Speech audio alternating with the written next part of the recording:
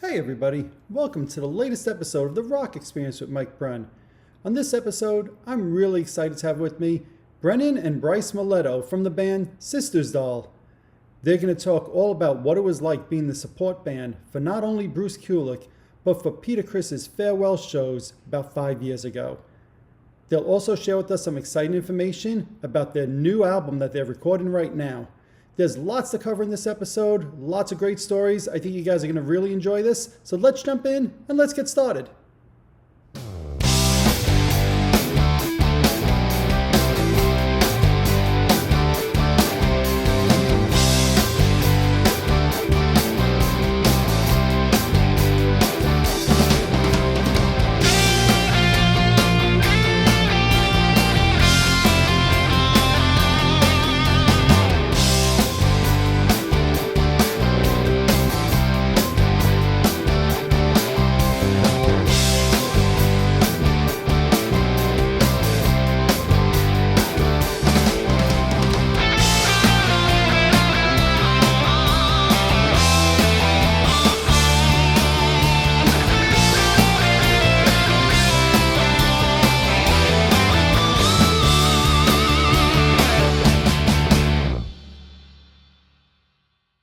Well, let me start off here, guys. Just first off saying thank you, Bryce and Brennan, for joining me, both of you guys from Sisters Doll. I want to just say, it's an honor to have you guys here. How's everything going in the land down under over there for you guys? Oh, thanks, Mike. Thanks for having us on. We really appreciate it. Like I said before, we're a fan of your show. I watch all your interviews, and you've interviewed some great people, so we feel honored to be interviewed by you. So thank you very much for reaching out. And we've been going great down here. Obviously, COVID is sort of, with the whole world, obviously, it's kind of been a bit of a thing for the last couple of years. So it's kind of starting to get a little bit better over here in terms of like freedom coming back. Like we can kind of start doing things, doing gigs. But yeah, it was pretty quiet for the first couple, or for the COVID years anyway. So but it was kind of positive in a way because we still all live in the same house, which is nice. So Nice. We got to knuckle down and get some demos done, and so we locked ourselves away in our studio for just the whole time we're there, and every chance we got, like between our day jobs and whatnot in personal lives, we just got in here, like spent late nights. We we just recorded about 30 demos, and then now we've sent the best 12, or we've picked the best 12, and we're just in the process of recording. It's probably about 3/4 of the way done, the album, and so we're recording that over here in Melbourne, and it's been very exciting. But it was kind of productive for us. Like, so COVID was kind of a bad thing, but it was kind of a good thing in terms of like we were able to do that, because we probably wouldn't have had the time to be able to do that sort of work if we had have been not locked up. So it was been good. What about yourself? How are you over there in the States? Yeah, it's been a bit crazy over here, but I read everything online and in the news, and it seems like Australia definitely had some very strict rules and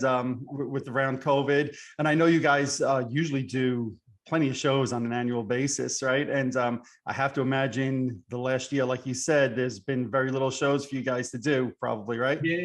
Yeah, definitely. And it just felt like we were when you love something so much and you do it with so much passion, and then for it to get taken away from you, and you just can't, there's no way around it. Like we did a few online live streams and stuff like that, which kind of kept the vibe there, but it just wasn't the same, so we really tried to do more like online stuff. Like we did a few like vlog things, and like I said, we did a lot of writing, which was great. But actually not being able to go out and perform is sort of like taking a piece of your body away. But everyone was in the same position, so you can't really complain. We're just lucky we're healthy, and compared to what some people went through during COVID, especially in them other countries and stuff like that, when you saw the news and stuff, like, we're very fortunate to be, over here. We were restricted, but at least we had a roof over our head. We were safe. And, so at least, you got to sometimes just be grateful in a lot of ways as well. So, Right. And then, like you said, it gave you some time to write some material and start to record your third album. So you said you've been recording that, and I think you've been in the studio doing that for the last few weeks. It sounds like you said, you're about 2/3, 3/4 of the way done. Do we think that'll be a spring 2022 release, or spring, at least here in America? I should say spring to you guys. hoping to. If not, I think it'll be early 2023. But we're definitely going to be releasing some new music this year. Yeah, sure. I think we're going to do it like just going by like what new bands and stuff are doing these days. Like we're going to release multiple singles sort of leading up to the album, and then we'll drop the album probably because we're like, do we drop the album late this year? But then you drop it late this year, and then it's already a year old without being a year old because it's the 22 albums. So we'll probably drop it early next year, I'd say, and then really promote it heavily over there and just see what we can do. You know, and hopefully a label may jump on board and sort of maybe take it on. We're really working hard on this album and it's sounding great. We've gone to a great producer over here. And so far it's getting exciting. It's sort of getting to that exciting stage where the songs are really coming together. So it's exciting. So, I mean, one of the things I love about your music is that to me, it's a throwback to the music I grew up with as a kid, right? So it's got that like classic 80s sound.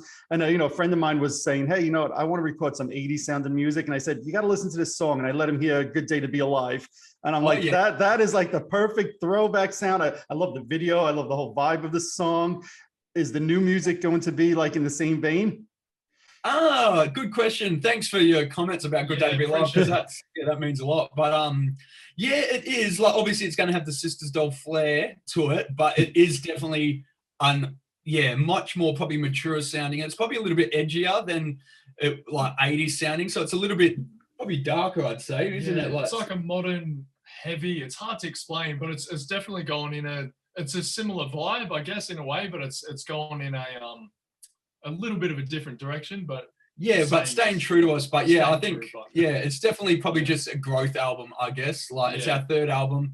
You know, the first album was kind of like, oh, we've got 10 songs, let's put it down on and then the second album was a little bit more like the songs were a bit more road tested. We were out performing more. We sort of were growing a following in that time as well. And that was the second album. And then this one was kind of like a lot more heartfelt, I guess. Like the songs sort of, obviously as you get older, you go through different experiences and, you sort of, it's not all about, fun, this album. So there's a little bit more darker sort of storylines, a little bit more meaning to it, I guess. But it's still going to be a good, solid rock album, pretty much. It's just going to be a good, solid rock album, which will be good. Yeah. I'm sure. So now for people watching this that maybe haven't heard your music yet, except for Kiss, because we all know you guys love Kiss. What bands would you say were your influences? Oh, growing up, like Dad was he was a huge Kiss fan, but not just Kiss. Kiss were probably his favorite band, but he had so much music playing in the house when we were younger, like from Van Halen, Motley Crue, Magnum, who else? Aerosmith. Like Striper, pretty much all that great stuff from the 80s and even 90s. But our family's been very diverse in terms of like music. Like we've loved country music. We grew up with some country stuff as well. Like Mum was a huge Shania Twain fan and Keith Urban, and so we've always been open. But I think our hearts just led to the rock music because that's sort of what we just resonated with us. And and people always say, oh, you're so young to be doing that sort of music, like what's the thing? But literally we grew up listening to that stuff, so it wasn't like it was not like we're trying to be an old throwback band or anything like that. We're literally just doing a band that we'd like to be, like that we love. So that's awesome. Now I was in Australia, I don't know, 10 11 years ago, I guess, right? So for a week.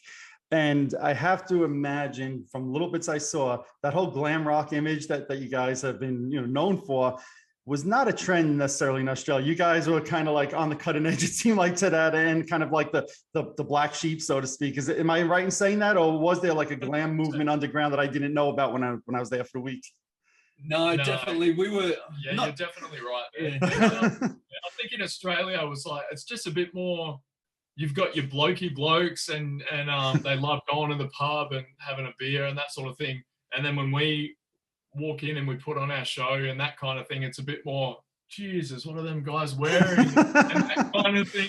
Because it's not the classic Australian rock kind of vibe over here. But I think as well what we did, like there was other bands sort of doing stuff, but we were sort of, it wasn't just so much like the look side of things. We kind of put a lot of effort into like, we had a backdrop. We had like Bryce's drum kit was a lot bigger than like most bands were using. So it was kind of like, we obviously being Kiss fans and sort of fans of that era, you know, we tried to bring the showmanship back to the show, you know, like obviously music was always first, but yeah, we were sort of just love performing and sort of getting out there and about. And so yeah, we just tried to put on the best show we could with the budget we had. And you know, with like our first backdrop, like our dad painted it for us. So that was our backdrop for like 5 or 6 years. And it was just like a dodgy, you know, but it looked effective and stuff like that. So because it was rare. I think it was rare, or especially in Australia. I think it's obviously evolved more over time, but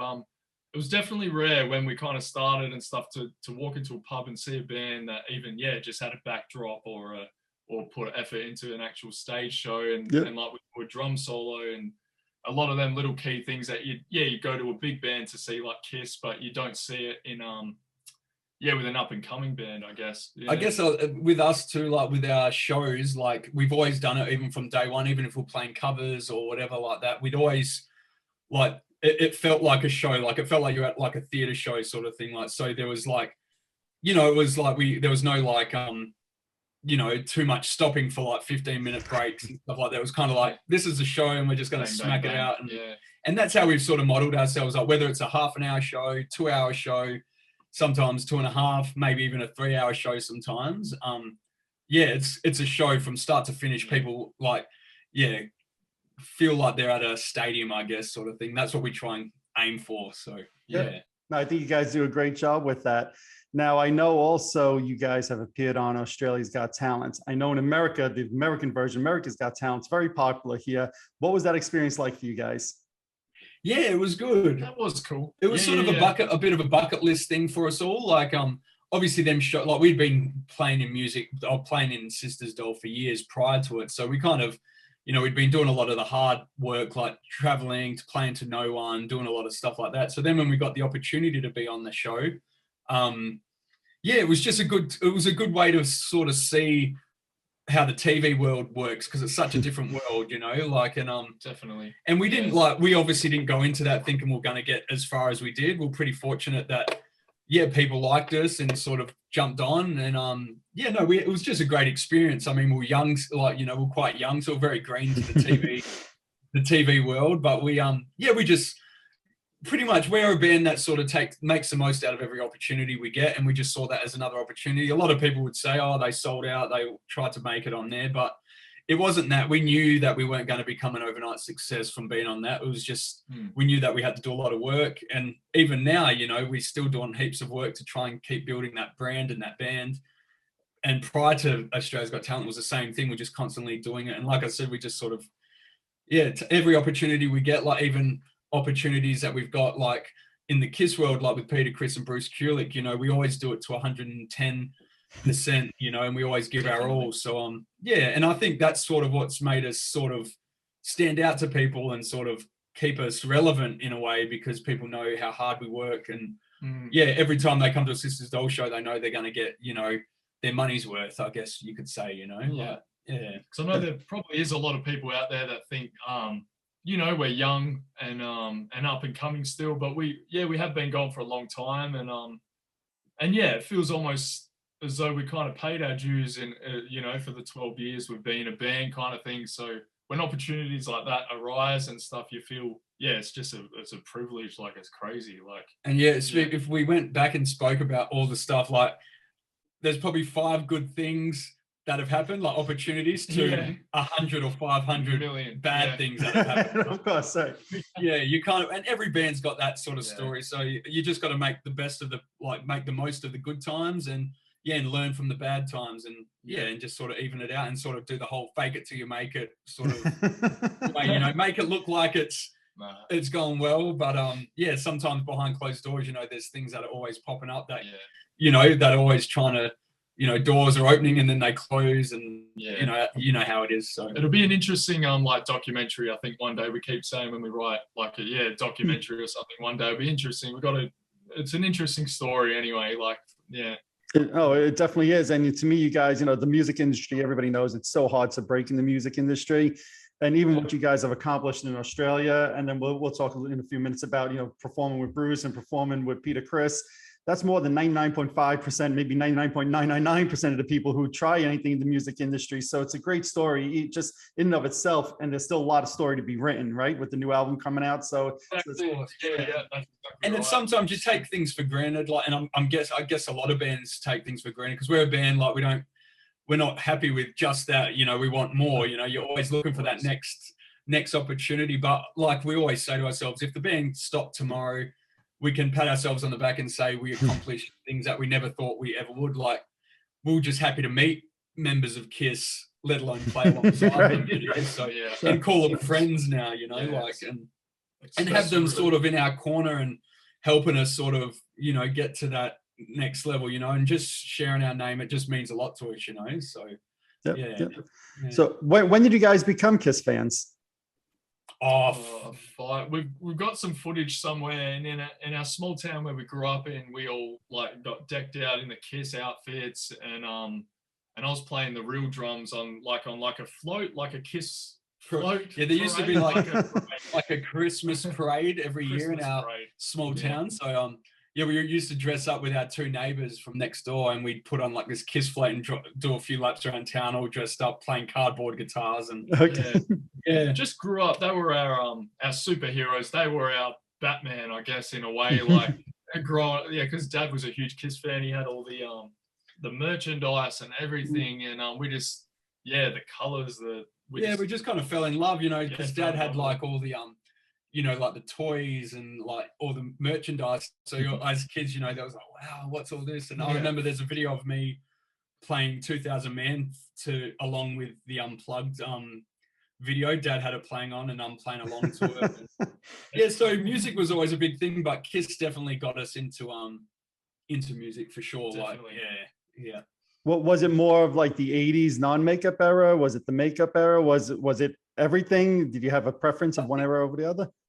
I think it was the makeup era, definitely. I think because we were younger and we were attracted to that, and then just dressing up and going to KISS concerts and stuff when we were like 5 years old when they came over. Yeah, I remember our first proper concert we went to was the farewell tour in Perth, and it just sort of blew our minds at the time. And I think the makeup era sort of was, and then obviously as we got older and we sort of got into it more, like especially me anyway, I sort of got a lot more into the 80s stuff and listened to more things like as you got older. But I think definitely in the early days it was more like the makeup, especially the Dynasty sort of era. I remember like how it was the all colors and I loved Ace. Ace was my favorite as a kid, and I loved the capes and the blue costume, and you loved Peter with the green bears, and Austin was a huge Eric Carr fan. He loved Eric Carr. So I think that was sort of what appealed to us as kids, and then as you got older, you just appreciated it more. And then seeing him live, as you know, being a KISS fan, it's just a whole different monster. They're just phenomenal. So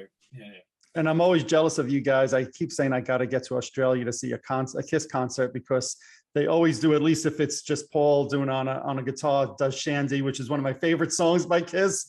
So one of these days I got to see KISS in Australia just to see them do that. They do little special things like that. Because Shandy, of course, that was a huge hit. And I know when Ace comes, I don't know if he plays it much when he tours America and that, but I know when he comes down, he always chucks in Talk to Me as well. Exactly. Yep. It does too. Yep.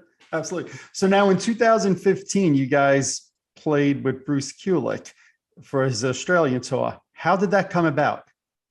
The promoter at the time, he was bringing out, he was running a KISS convention with his business partner, and we're good friends with him at the time. He was actually managing us at the time, and he just put it out there. He said, "Would you be interested in playing with Bruce if you come out?" And we're like, "Of course," but we said we're kids, and like, are we good enough? Sort of thing. They're gonna have trust in us, and we're all the way from Australia. He's probably thinking, "God, what's his promoter thinking?" Maybe on Bruce's side, and then Bruce had, obviously he's come down under a lot of time, so he had a good friend over here that sort of we rehearsed with a couple of times. But we did a lot of our own rehearsal at home and just made sure we're well prepared. Bruce had sent us sort of like videos and, a few little audio grabs and stuff. But obviously we were nervous. But when Bruce walked into the first rehearsal, it was, we just got on really great. We Yeah. because we had done our homework, we were well prepared, and I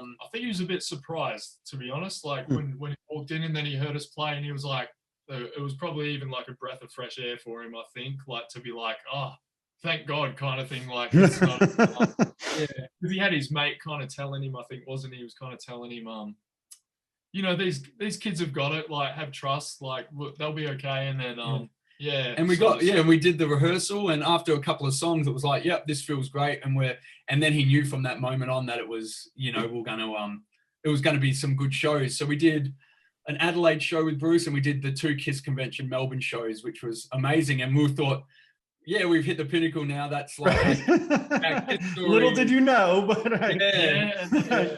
Right. And that set list, if I'm not mistaken, correct me if I'm wrong, right? But that Bruce set list that he did in 2015 kind of spans the Kiss career, right? He was doing Parasite and Deuce. It wasn't just the 80s Kiss stuff that he's been doing more recently. Am I correct in that? Of course, yeah. We did a bit of everything. Like we did Watching You, a lot of Live 3 stuff. We did Jungle. What else did we do? There was he did a bit of everything. Like, yeah, and he obviously did the Kiss, like the big ones for Australia at the time. Like we even chucked in I Was Made for Loving You. Right. Yeah, Forever. Yeah, there was a few in there that he obscure kind of ones. Yeah. Mm-hmm. Yeah. When he was putting his band together for the cruise, was there ever any thought in your mind, hey, he might ask us, or did you guys know that probably? We loved it. We asked him straight away when we heard. Like, and I think there's a tweet somewhere, and we tweeted or DM'd him anyway, and he I can't remember what he said, but it was but yeah, we kept trying for sure. Yeah, and I think this was the first time I think he played with his brother, wasn't it, Bob? I think it was. Yep. Yeah, so I think that was kind of like the route they were going, but obviously we were always prepared. If he called on us, we would have been straight there. But obviously being so far away, it kind of goes against you sometimes, you know, because there's a lot of, you know, hoops to jump over, and you know, obviously Gene and Paul probably called the shots as well. So you know, like. Yeah, we understood everything, but yeah, we were always ready to jump on. If Bruce had said, hey, even if he only wanted Bryce, for example, or if he just wanted me or Austin, we would have made it work. But, you know, yeah. I've always thought that you guys would be a perfect fit for the Kiss cruise also. Just your band, Sisters Doll, just itself, to me, would be a perfect fit. I've written you guys in a few times when they say what bands you guys want. So appreciate that. There's a pretty big like kind of underground following. There's a lot of Kiss fans here that really want us on the cruise as well and stuff. We keep pushing, but obviously the powers that be sort of got to choose, but like obviously if we were on there, we would be honored, and we would because at the end of the day, we're Kiss fans, you know, even though we've had the opportunities to play alongside Peter and Bruce and stuff. At the end of the day, we grew up huge Kiss fans, and I know, you know, members of Kiss, you know, they've all got their history and their, you know, like their turmoil, I guess you could say, between each other. But at the end of the day, we love all the members, and we're just proud to be Kiss fans, and we're proud that we've got the opportunity to sort of like get the opportunities we have, like by being Kiss fans and knowing the music so well and learning. And, yeah. So we'd be honored to play on it, but it's just getting that call to play on it would be the icing on the cake. Well, I keep writing your guys' name in, so who knows, maybe 1 year. So, but to me this year, last week I spoke to Neil Davis, and this year they're doing Creatures Fest, which to me is pretty much a Kiss cruise on land, you know? And he told me you guys are going to be there. So that's exciting news. So the American fans will get to see you guys at Creatures Fest. Of course. Yeah, we can't wait. We got the opportunity, like obviously with Peter Criss and Gigi, you know, they've been great to us from the get-go. So our relationship with them is like means so much to us. So we're very grateful for them. So they've always said, if we can help you in any way, get you over to America and, you know, help any way possible. So, you know, that honestly means the world to us. Like I said, we never thought we'd even meet Peter Criss, let alone be able to call him a friend. And, you know, like, so him and Gigi have been amazing to us. So, you know, obviously they always plant a seed, and it's just willing, you know, like they always plant the seed to promoters and other people in the industry that they know. They've always said from day one, since we met them, we're going to do our best to try and help you succeed. And we're like, oh, that would be great. But obviously we always said, don't feel obligated. But Gigi just goes above and beyond, which we really appreciate. Yeah, they're incredible. Yeah, and obviously got us in touch with Neil, and then Neil jumped on board and liked what we did, and we spoke to Neil and we made it work, which is great. So Awesome. we're coming over to play some. We're going to be doing a Sisters Doll show, and we're lining up at the moment a few other shows around the states because it's such a long way to come. So we're looking to do shows in LA, hopefully New Jersey, Vegas, and New York, fingers crossed, as well as the Nashville Creatures Fest shows. So we're very excited to. That sounds exciting to me, and I'm in the New York area, so New York or New Jersey, I'll have to come catch you guys there as well. So definitely. That's awesome. Now I love that you said that Gigi and Peter were kind of a catalyst towards getting you into Creatures Fest. And we know that you guys were the support band for Peter's shows that he did, I guess it's coming up on the 5-year anniversary. So talk about getting that phone call from Peter's camp and saying, hey, we know you guys worked with Bruce Kulick in the past. We know you guys have done your own thing. You've been on Australia's Got Talent. Peter wants you guys now as his backing band. Talk about that. Oh yeah, that was nerve-wracking again. Like I remember we were on tour and we were in Sydney and we were in a hotel room, like a little dingy hotel room. That's where it was. And and we had like a Zoom call like this for the first time with Peter's music director at the time, Alex, and Gigi, and Peter was on there. But first off, we were just talking to Alex and Gigi, and then next minute Peter comes out, and obviously he's got such a distinct voice, and it was like it took us back. It's a surreal. Yeah, you watch the Kiss doc. Is that what you were going to say? The Kiss documentaries and stuff. Yeah. He's just got that distinct voice, Peter. And it literally took us back to like our childhood, like watching The Second Coming and like videos like that, the symphony when Peter was on it, and you hear his voice and he's talking to us, and we're just like, wow, like this is amazing. But the same thing, obviously we were nervous. Obviously we wanted to be professional, so we didn't want to come across as like fanboys, So we just put our heads down, bum up, and got the set list that Peter wanted. We got the arrangements, we got all the keys that the songs were in, and literally that phone call happened in, what was it? I think that phone call happened in early April, and then he was here. He was here in May, right? So we had like a month to just like, learn his material, because Peter's material too was for us as well. Like, because obviously some of the stuff he did, like obviously the Kiss stuff that he did was, a little bit more natural for us, because obviously there was a lot of obscure stuff, not obscure in that saying that, but his stuff, solo stuff is a lot different to what.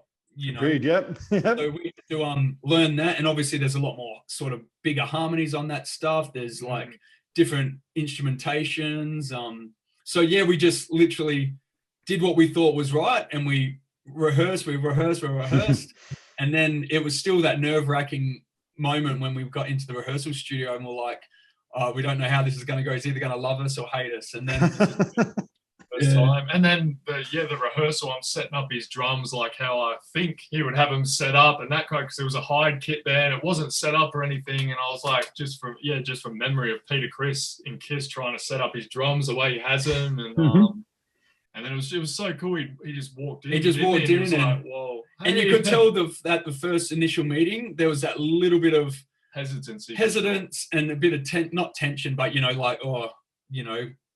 because we were young, we were younger guys, and but we knew we could do it. And anyway, so he goes, all right, let's kick into Strutter, and we played Strutter. With literally, because we were kind of behind the instruments. He said, jump on the instruments, and somebody said, play Strutter. Yeah, and we played it like so. Bryce played drums, and me and Austin sang and played bass and guitar, and he from that moment he was like awesome, and then he was excited. He wanted to jump on the drums, and then.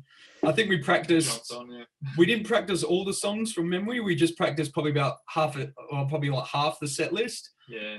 And because we knew we were going to be rehearsing more, because obviously Peter had an orchestra come in as well, and so we knew we were going to be doing that. But so we probably had about 3 rehearsals with Peter in the end. But he was just wrapped. He kind of got a new lease of life playing with us, and we got a big buzz out of it. And and the show in Melbourne, and I know. The New York show was great, but the Melbourne show, the reception Peter got, and just the show we put on, like as a collective, like the whole orchestra, and all the musicians in the band, like it was just a really good show. It had a good vibe. The fans loved it. It was yeah, it's probably our favorite show to date, I guess. Yeah, Like, it was incredible. The sound was just incredible, and these songs that yeah, I guess the obscure kind of ones on Peter's solo album and stuff, when we were playing them, they came to life, I think.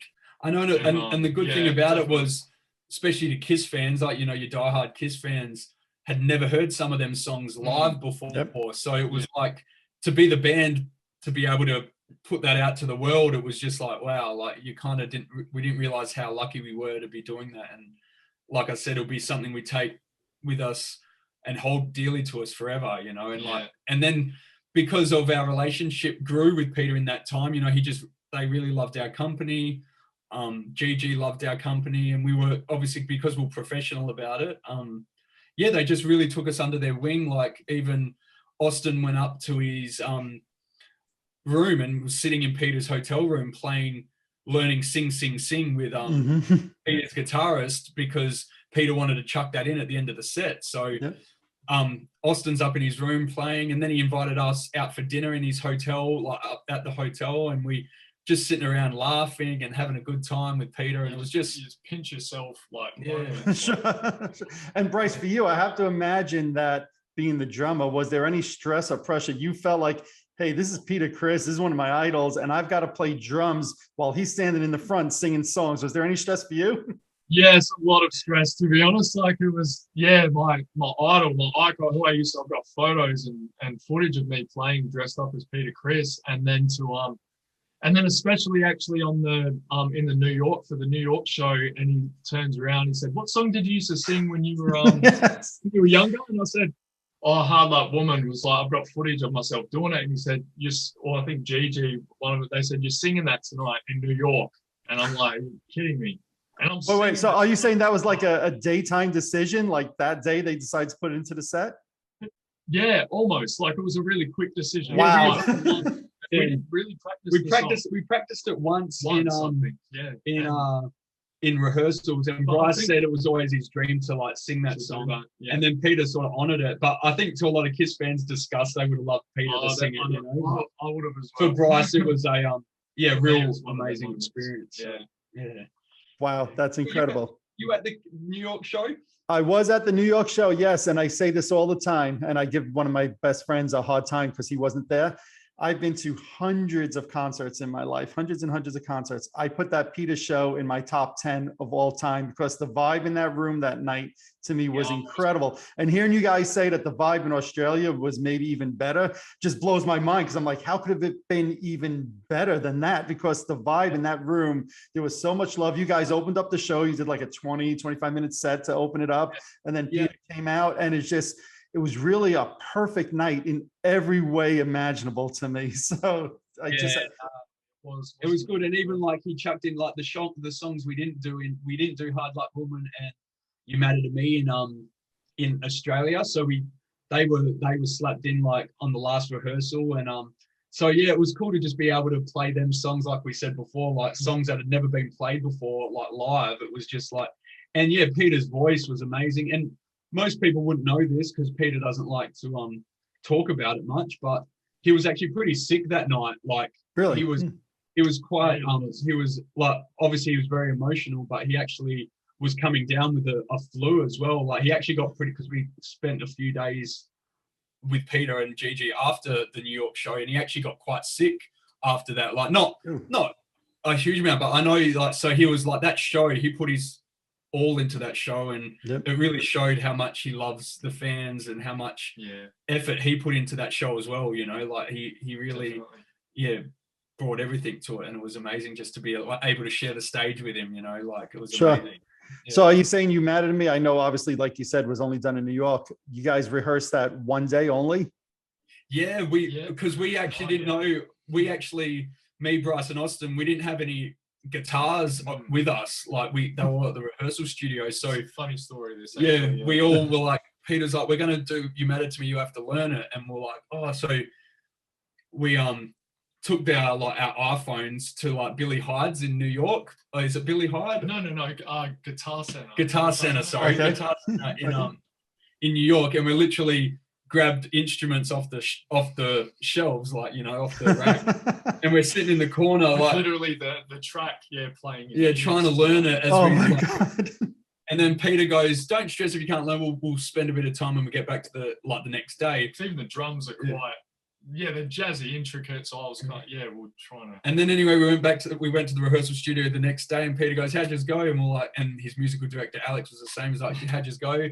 Did we learn?" And then we just put it all together, and I think we went through it about 3 times, and Peter was happy, Alex was happy, and we were happy that we got it down, and it was But we, like we said, we always do things to 110%, and we don't want, Peter, and when we played with Bruce, everyone's there to see them, we're there to, accompany them. Yeah. And, so we had to be on our game. And so that's why we were, we always do things 110, and we hopefully proved it well. And hopefully, like you said, you had a great night at the New York show, and I hope a lot of people did. And hopefully, even though no one was there to see us, we hope that we contributed to make that night a success, which, hopefully we did. I definitely think you guys did. And, I'm remembering back to that time, it was the first weekend was just the Kiss Expo, right? And I know you guys are at the Expo, signing autographs, taking pictures with people, selling CDs.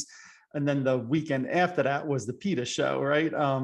So if I got my memory right with this, right? So it was during that week time period is where you're saying, Peter said, "Hey, we're going to do You Matter to Me," and you're in the New York music store, whatever. It's literally that quick of a turnaround. Learning that's incredible to me. And the reason he did that, like, we didn't know about that until we got to New York. Obviously, I think it was the day before. And the reason he did that was because he has a great fan from Japan. Yep. That flew all the way to Australia, and then she was in New York, and so to make her feel special. And that just goes to show how good Peter is with his fans. Yeah.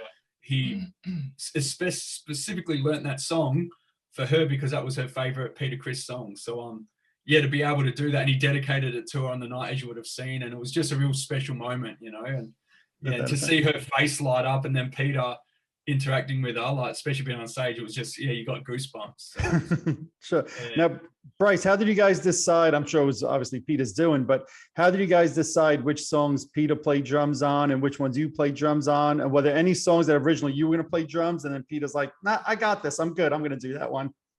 Yeah, to be honest, it was kind of, he was happy. I think Peter was pretty happy the times we played with him to stand at the front and kind of be the front man of the show, of the band and the show, I guess. And he was pretty cool with saying, "Bryce, I want you to drum on this. I want you to drum on this. I'm going to stand at the front and sing these songs," and that kind of thing. So I guess he kind of, he took full control on that. Like, what he wanted to drum, he drummed, and what he didn't want to, he said, or not that he didn't want to, he would rather have sung it and be at the front kind of thing. Mm-hmm. Yeah.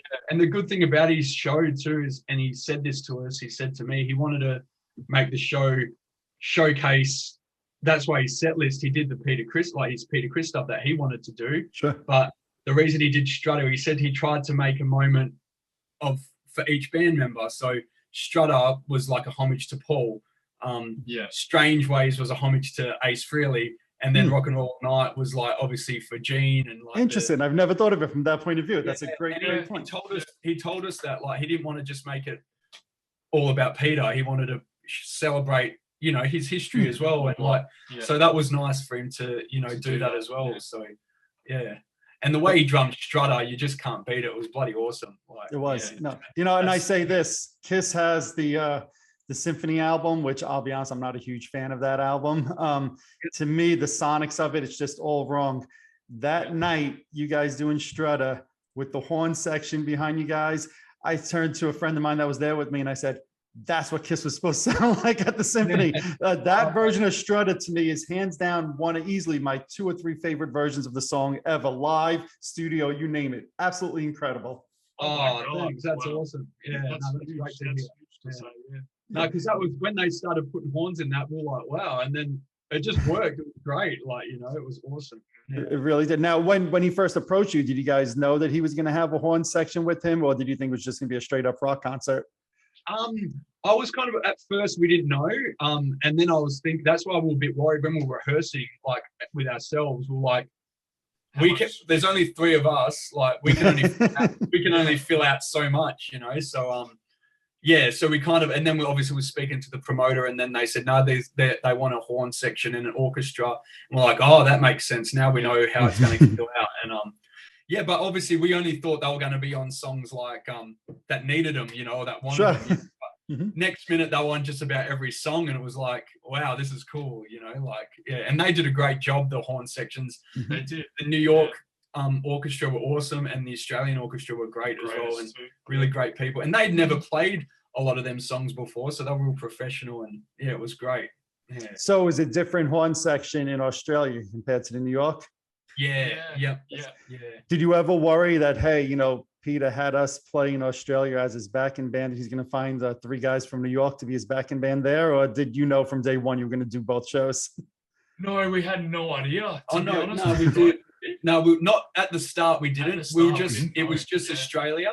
But then once Peter got to know us, and obviously the effort we put in to make the show well in Australia, he was like, he wanted us to come over. He goes, I don't want to have to do this with, you know, other people. He goes, you've done the work. And we honestly thought after we played with him in Australia, that was our time done. But then he really pushed for us to, like, because obviously it's kind of like that whole saying, you know, like, don't fix what's not broken, sort of thing.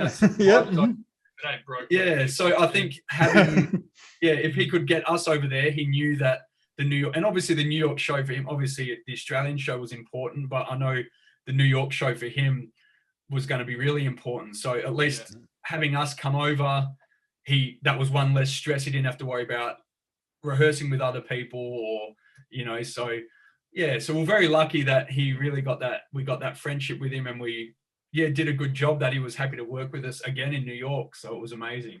Yeah. I know, you know, at the time, like you said, he did Australia in May, New York in June. I purposely stayed away from seeing any of the Australian videos because I wanted to go in and be surprised and kind of get the feeling for what the show was going to be like live for the first time.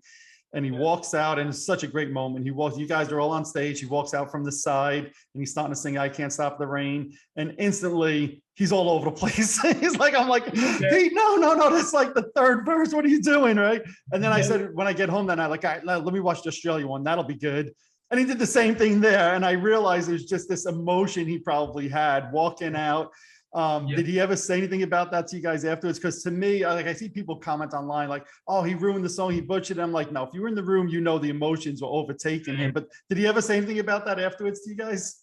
No, like obviously, you know, it was emotion, you know, at the end of the day, that's all it was. Like, you know, it's been so long since he last performed. Yeah, and he was just giving it his all, and obviously he was nervous too. Like, obviously he's flown all the way to Australia, you know, he didn't know what to expect. We didn't know what to expect, but yeah, when he walked out in the crowd, because you know, in Australia it was at a bigger venue, like, so he actually walked through the middle, like, so everyone heard the voice, but everyone's looking on the stage and they're like, where is he? Where is he? The next minute he's like, they see him traipsing between, and they're like, so then as soon as they see him, they're all standing up and went nuts. And then from that moment, he just sort of, like he got, you know. I think I remember him saying he was trying to hold back the tears kind of thing. He had them type of moments, I think, throughout the whole show. I think I remember him saying.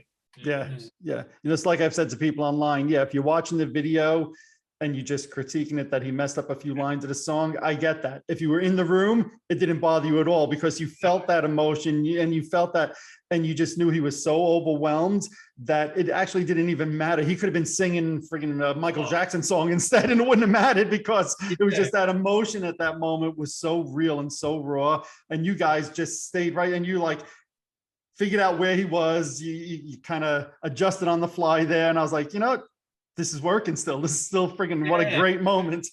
And that's what we did. Like, obviously, because we were so close with Peter and we got to know him really well, and we had that relationship. It was, like I said, we weren't there to be like, you know, watch us. We were there. Everyone's there to watch Peter, so we had to follow him. So it was like, and we all locked in, and we got it all back together. And it was like you said, you had to be there. It's easy to like everyone does these days. Of course. They see a video online, and trouble with the internet these days, I guess. Like, agreed. Yeah. And they jump on and they have their 2 cents, say their 2 cents. But like you said, if you're there, you knew it was all emotion, and it was, just a great night. Agreed. Now, I remember at the time that he was saying that these, I think both shows were filmed for potential video release. Was the Australian show filmed also? It was definitely filmed. It was definitely filmed. Yeah, there was a camera crew there. And everything. Yeah, but obviously there was a lot of logistics sort of things that we weren't really a part of. So Sure. I don't know if we'll ever get sort of released, but I really there is footage out there, but Yep. yeah, that would be up to Peter and Gigi to Of course. decide what they want to do with it. So yeah, Of course. And then, like I said before, you guys opened up the New York show, which was the first time I saw you guys perform live. Am I right in saying, though, you didn't open up the Australia show? Yeah, we didn't open the Australian Which is show. so bizarre to me. You're an Australian band. Like, how did you not open the Australian show? Actually, I think originally the New York show was just supposed to be Peter, I believe. But I think Gigi kind of put it forward and said, I want the boys to support Peter because we're coming all the way. And actually, when we're in the rehearsal studio, Peter said, what songs he's going to do? And we finished rehearsal with Peter Criss's songs. And he said, he told us his favorite Sisters Doll songs. And they're actually the songs that, we performed in New York. Oh, wow. That were Peter's So favorite Peter ones. chose our set list for New York. So that was quite cool. Yeah. So, yeah. That's actually an awesome story. And I love to hear these stories about Peter and Gigi because, again, online, some people give both of them or one of them sometimes a bad rap. And I've had nothing but great experiences with them. And just hearing how supportive they've been to you guys, to me, is such a great story to hear. Oh, yeah. Like I've said a million times to everyone that I meet and other Kiss fans in Australia and stuff, because everyone's got their own stories and stuff. But like I said, from day one, from the moment we met them and got to, they've had our backs the whole time. So we're obviously indebted to them forever, and just to be able to call them a friend now, we never thought we'd ever meet Peter Criss, let alone play with him and be his friend. So we're just very honored and then for him to be so kind and just and then you hear these stories and what's in the past is kind of in the past, but and we know Peter now, and he's just the most incredible guy. Him and Gigi, they're amazing. Yeah, that's awesome. And then we were talking about Creatures Fest before, and Peter will be there, so I'll give you guys a chance to see him in person. Will that be the first time you see him in person since those shows? Yeah, since 2000. So last time we saw him was 2017, and we wanted to come back sooner. Yeah, but then obviously COVID hit as well, and we had some commitments going on in Australia at the time, and then COVID. So and then, like you said, it's nearly 5 years. So I can't believe we're so crazy. It's definitely going to be a good feeling to get back to America and just see Peter and Gigi, give them a big hug, and see Bruce and. Just meet other people that we haven't met before. So we're excited. And could the fans expect that you guys would maybe premiere a new song at one of those shows? Yes, well, that's what our plan is. So I can't make the studio this weekend, but Bryce and Austin are going in to do the final backing vocals. And and that would be our plan to sort of release our new single exclusively at Creatures Fest. That's what we're hoping for. So that's awesome. And you guys will also have CDs. You'll have CDs there, and you'll be taking pictures just like the New York Expo you guys did. Yeah, we're going to bring over a little bit of merch, and and hopefully, like I said, we're going to be doing a few other shows. Like we're pretty much just using this as a promotional tour. Really, we're just going to all promotional shows. So we're sort of just going to be out doing as much things as we can. Like even at Creatures Fest, we're just going to mingle and try and meet as many people as we can and plant the seed, I guess, because when COVID happened, we were planning to tour and get out there and stuff because we've just been playing Australia non-stop. And now it's good we'll be able to plant the seed and hopefully keep coming back and forth. And and it just worked out perfect timing like that. This opportunity arose and it's around the time we're doing our album. So fingers crossed. And we're going to try and get some labels over there to come and see some of the shows as well if we can. We're talking to some Australian representatives that have got American representatives and so we're going to just try and make the most of it, but at the end of the day, if nothing happens, we'll just enjoy the experience and get to see Peter and Bruce again and Gigi, so we're very excited. And I know the Creatures Fest is a 3-day thing, Friday, Saturday, Sunday. Do you know which day you guys are playing? At this stage, we haven't got the correct itinerary, but I know we're playing one night. I just don't know which night it is. I think it might be the night Bruce is playing. From Okay. memory. The Sunday, So, yep. I think it might be the Sunday. And then I think we're going to be doing a little sort of maybe like daytime sort of shows on the Friday and Saturday. So nothing's locked in yet, but that's sort of what we're hoping. But we're going to be there all 3 days. So we're looking forward to meeting everyone, and yeah, it's going to be fun. And we've never been to Nashville before, so we're looking forward to that. Yeah, it's going to be cool. It's a great city. I was actually there for the first time a few years ago, and it's a great music city. It's just a great vibe all around. So I think you guys will enjoy that. Yeah, Awesome. I want to go to the Gibson factory, I reckon, if I've got a bit of time. So yeah, there's a little bit I want to do over there. It'll be fun. Yeah. Absolutely. So hopefully the new album will be out later this year, early next year. We got the single coming, hopefully in time for Creatures Fest. Anything else you want your fans to know about regarding Sisters Doll? No, just pretty much look out for the new album. That's going to be, like you said, early next year, and we're going to be releasing singles leading up to that album. So there's definitely going to be some new music out there. So yeah, make sure you jump on. And Will there be videos for the singles?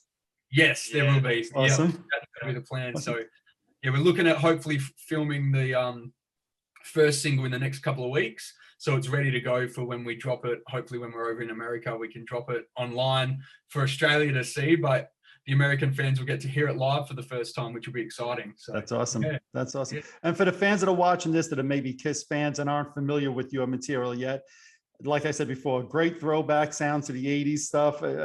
You mentioned Motley Crue. It's got some of your songs got a little Motley Crue vibe, some Kiss vibe. There's some great stuff there. Where do fans find that old material if they want to buy it?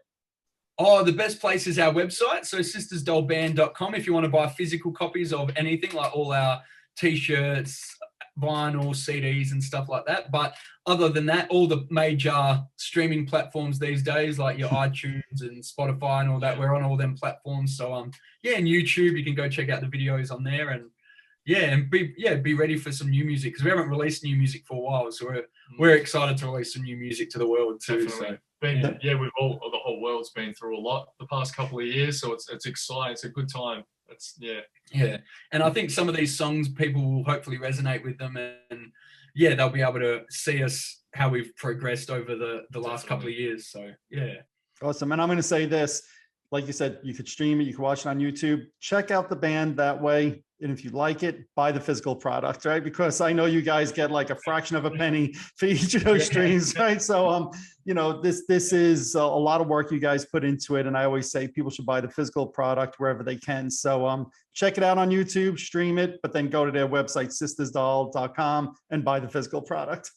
Yeah, thanks it. for that. Yeah. Anything helps. Like if someone likes our music on Spotify and they can share the link or add us to their playlist, that helps too. But I think that's the whole beautiful quality of like being a band and seeing Kiss, how they did it back in the. I'd never want to see that die in the world today. I hope like physical copies. It's just so cool. I think. yeah, Like, we're I always agree. gonna keep that going. So yeah.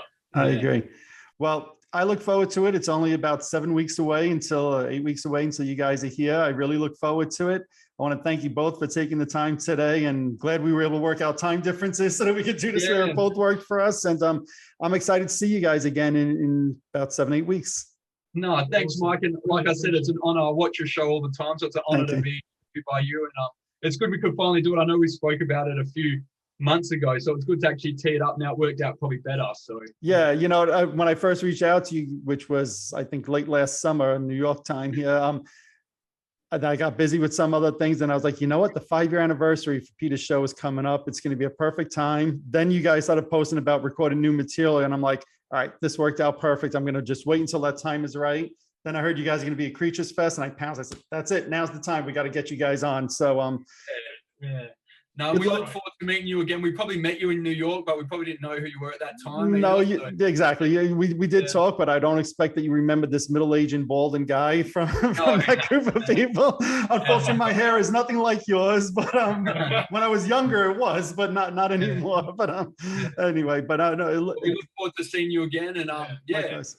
Yeah, Likewise. Really appreciate it. Absolutely. Well, you know what? Good luck with the recording process coming up.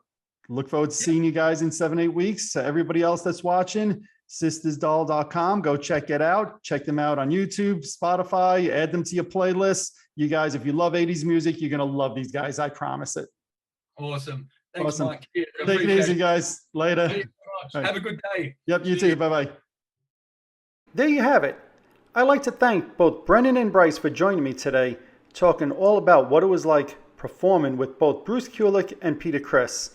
It was really great hearing some of those stories. Thanks a lot, guys.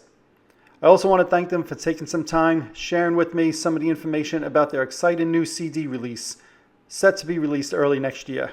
I know the fans are really looking forward to that. I also look forward to seeing you guys at Creatures Fest. It's going to be a lot of fun, no doubt about it. Thanks again for everything, guys. If you're watching this on YouTube, hit that subscribe button below.